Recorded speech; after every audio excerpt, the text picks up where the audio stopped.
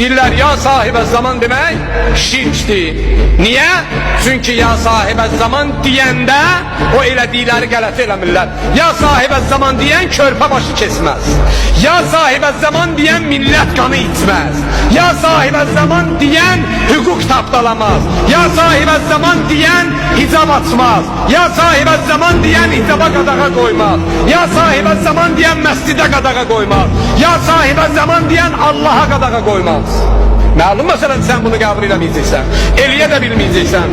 Sən sahibə zamanı qəbul eləsən, Avropanın gəliri kesiləcək sənin üçün. Sən sahibə zamanı qəbul eləsən, sənə verilən məvacibat kesiləcək. Sən sahibə zamanı qəbul eləsən, o sənə verilən obyektlər, evlər əlindən alınacaq. Sən sahibə zamanı qəbul eləsən, qabaqçı kimi sigaret almağa pulun olmayacaq. Bahalı maşınlardan düşəcəksən aşağı. Sən sahibə zamanı qəbul eləsən, onda sənin zülümlərin və sənə qarşı olan haqsızlıqlar artıdır.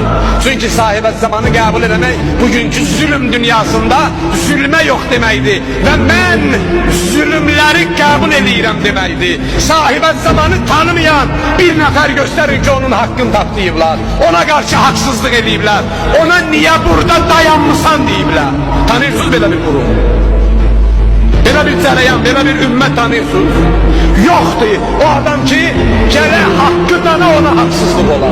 Haqqı dananların bayramıdır. Məlum məsələdir, Peyğəmbər demişdi, dünya kafirin cənnətidir, müminin isə zindanıdır. Həmişə zülümdə haqq tərəfdarları olub. Ona görə Bəni İsrail bir günün içində 70 dənə Peyğəmbərin başını kəsdi.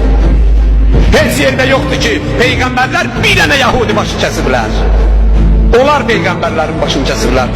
Bu günləri kim Peyğəmbərlərin yolundadsa, imamların yolundadsa, onlar zülmə məruz qalıblar, qalacaqlar da, amma yiyəsi gələnə qədər.